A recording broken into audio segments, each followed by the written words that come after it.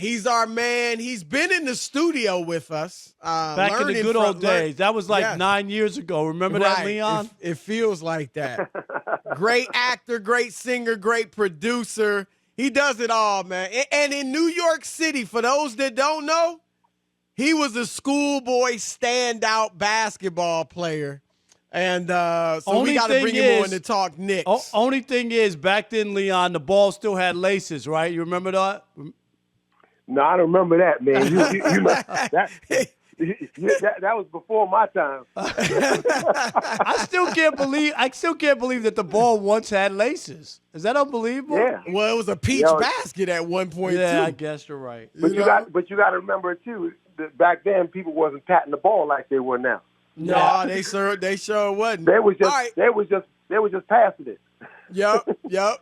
So look, man, I got a bone to pick with you, and you know what it is. Y'all New Yorkers, we know so much about basketball. We're the smartest fans in the league. Why are y'all, if y'all so smart, why are y'all more excited about Julius Randle than Kevin Durant, James Harden, and Kyrie Irving? Tell me that. Well, one, because one of those players was already on our team. They didn't just arrive yesterday. Randle was here. That's not a good answer. Randle was here. Last year when there was fans in there and I was sitting there. Julius Randle was playing. No, I get that, but come on, man. Chris, there is a historically great team in your midst, in your city, and y'all couldn't care less. No. That you can't say we can't care less. But the problem is this, okay? You say historically.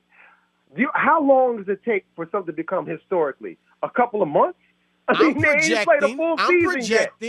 I'm projecting. Right, I'm just saying potentially, though. Season yet. Three Hall of Famers, you know that, together. Listen, they are a juggernaut, okay? They are fantastic, okay? And if KD comes back, they definitely my pick to win it. And let me tell you something. When you're in New York, right, Knicks are the team in New York. But let me tell you something. I'm a New Yorker. So, like, if the Yankees don't win the World Series, I want the Mets to win. If the Knicks don't win, which they never do, I damn sure want the Nets to win. You know what I'm saying? But there's some New Yorkers, Rob. I want your opinion on this, Rob. I understand. Some New Yorkers say you can't roll like that. No, but I get most of the time you pick a team, and you know that your rooting team. But I would ask you this, Leon. I get it. People are Knicks fans. That's the one team that always had the city to itself. Because when the Nets were in New Jersey, people didn't care. They went to the finals back-to-back years. People didn't care. This is my only thing. Is it hard not to pay attention, though, to Brooklyn? You know what I mean? Knowing how good they are, the brand, 14 out of 15 now, even without KD. Do you find yourself, if you're flipping around or you're watching, or the Knicks aren't on, do you watch? Of course. Like I told you, I love the Nets. You got to remember something. When I was a kid, right, the team that won a championship was Dr. J and the ABA. Right. And so I love Dr. J. And I saw him do things I've never seen done on the court.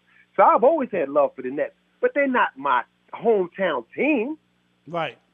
I mean, they just got here. But they got an amazing team, and you damn sure I'm going to be rooting for them in the playoffs, of course. But you're not asking me to be a fair weather fan. Right. I'm supposed to flip teams because they got a good team this year. Come on now. Look, I'm telling New Yorkers, every Knicks fan that asks me on the street, I say, look, man, why don't you just go to Brooklyn? They're in New York. It's not like I'm saying go to the Nets. No, but it's hard. It's hard for They're people. in New York. But people don't flip like that. Nah, I think you're asking people to just give up. Listen, Rob. Let's be serious, okay? Don't be too hard on my man. Really. No, serious. He's from the Midwest. He don't really know what's happening. Right. He ain't got that kind of loyalty. They probably even have a basketball team in his city. You know what I'm saying? So what is it? Akron? Don't be too hard on my man. Okay? The Pacers once. He don't understand that city mentality. You right. You are right about that. Look, part of me admires it that the Knicks are such loyal fans. The Knicks fans are so loyal. But part of me is like, you have a built-in excuse to go to Brooklyn because it's not like you're going to a different city, you know. But hey, I get it. Otherwise, I can still go to Barclays Center. I got no problem with that. But if you asking me about what team I love, right, I can tell you right now, the Nets could win three-peat, okay? And if the Knicks won one, there'd be no comparison. Well, it's interesting because remember, Rob, we talked about that earlier in the week. If the big three, Kyrie, Durant, and Harden, had gone to the Knicks, think about how much bigger this story would be. Oh, my God. I mean, it would be ridiculous. Let me ask you this, Leon, because Rob and I talk about this too. The young kids coming up, the 6-year-olds, the 9-year-olds, the 10-year-olds, do you think that they are more into the Knicks, or are they going to end up being more into the Nets because this great team? It really depends. I would say, a lot of those young kids, they get it from their parents, their dad. Right. That reason why I love the teams I love is because of my dad. That he took me to those games. Those are what we rooted for. So you have a built-in love for a team. Now, what I would say now is these young players that are like, say, 12, 13, so like that, they may be more into the Nets because they play video games. And these are the guys they play the video games with, Kevin Durant and Kyrie Irving, like that. So that I can understand. But a real young kid, more than likely, depends on, what his dad does, what games his dad takes him to. That's Leon, are you enjoying this NBA season or – obviously it's different from last year, finishing up in the bubble and the championship and they're traveling. But is this season, does it feel right or better than it did a year ago? I have to say last year in the bubble, the games were very, very, very competitive. And I was really surprised and happy with the product that they put out last year. I thought the NBA did an amazing job. This year, yeah, I think it's great. I think it's going to be a great playoffs. I think we have way more teams that at least put up a fight. See, the one thing I love about the Knicks, you ain't coming in here beating up on the Knicks. No, they play hard. You leave here. Right. Yeah, that's what I'm saying. You leave here like you had to work for that win. You know what I'm saying? You look at Brooklyn the other night. They had to work for that win. One call away, one shot away, and that's a different outcome. What do you think the Knicks need? Obviously you can just point to any superstar, but you know what I'm saying? Like, to get to that next level, do you see something out there that's realistic, or you think they just have to maybe somehow work themselves into a great trade or something like that? Well, basketball teams are not like a Tesla. They don't go from 0 to 60 like that. So what you want is, steps. And what the Knicks need is what the Knicks have right now.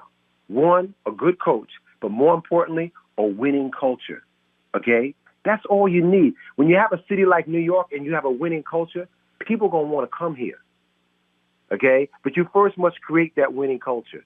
And so I love what they're doing right now. There hasn't been a point in the season where the Knicks weren't in the playoff race. 20 games into the season, we was already out the playoffs usually. Right. Right. That's real. You know what I'm saying? Leon, let's ask about what they've done, and they flipped this into a winning culture right now with the number one defense in the league. That's a great step forward right now. I'm very happy with that. Come on. Realistically, what you thought we going to be playing the Lakers for the championship this year? No. But what I'm seeing right now out of this Knicks team with just one real star and a player we didn't even think would be a star like that. Right. Just a bunch of young guys. And you realize something, too, because you guys know the game so well. Young boys don't know how to close games yet. Okay? That's what they do. A lot of guys can play well, but it takes time to learn how to close games. And I think once New York has a good team, a player knows that he comes here and it could be that missing piece. And the kind of pub he would get for doing it in New York, I think it's just a matter of time. But no one wanted to come here before because we didn't have that winning culture. Okay. Let me ask you about college basketball. How big a fan are you of March Madness? Do you have a team? And Does this feel a little like lowercase because you don't have the Kentuckys and the Dukes, or are you looking forward to the tournament? You know, I got to say that I haven't really been into college basketball. I used to always be into it. And March Madness was something that was one of the most fun times of the year. I'm a UMC fan, always have been. Right. You know, when I was a ball player, I used to go down there and play in the pickup games. You know, with James Worthy and Michael and all of them. You know, that was the hottest run in the country. Now, was that when Jordan was in the pros or at UNC? No, he was in college. So did you? I'm glad you brought that up. I didn't know that. So could you tell? I mean, he obviously was already getting accolades, but nobody foresaw him being the greatest player ever. Could you see? Yo, this dude is better than people even know, or, you know, was it that evident? Okay, so I'm gonna tell you 3 quick stories. One, we went to go see UNC play out in Jersey, and it was like Michael's second game, right? And I went with my dad, and he was in the layup line, and my dad says, "You see that boy right there? I don't know who he is, but that's what we call a thoroughbred, son." Really? So he Yeah, pointed Was him that out his like freshman that? year? That was his freshman year? Yeah, he said I can tell that boy right there. He's gonna be real special. Just the way he shoots and handles himself, right? Then that same season, Mike was a freshman, and I went to go see them at University of Santa Barbara, and they won the tournament, right? They gave Doherty on the team all Brad tournament, Doherty, and a couple other players. And I said to Mike, I said, "You know, you should have been all tournament, right?" And he turned around to me and said, "I'm gonna get mine." Wow. I saw him. He came to a screening of my movie in Chicago many years later, right? And I said, Mike, remember that tournament we went to? And I said, and you told me you was gonna get yours. He said, yeah. And he said to me, "Did I get mine?"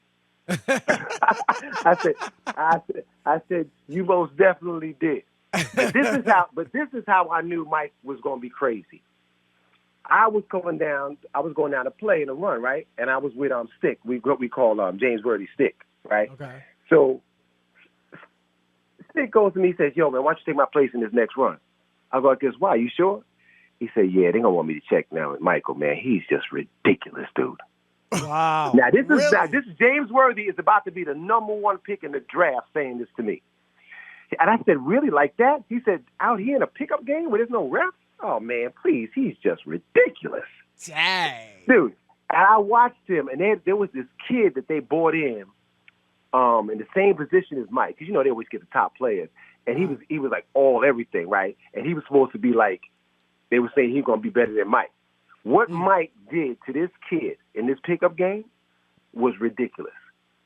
He destroyed this kid's confidence in a pickup game. Dang, that's a great story, man. Those are some great stories. Well, look, brother, we appreciate it. I still got more stuff to ask you, but you know how this works. We got to go to break. But great of stuff, course. man. And we'll get you on soon, man. And, Yes, you know, absolutely. keep an eye on the Knicks, but don't be afraid to check out Brooklyn, man. Because He's No, watching. I'm watching Brooklyn.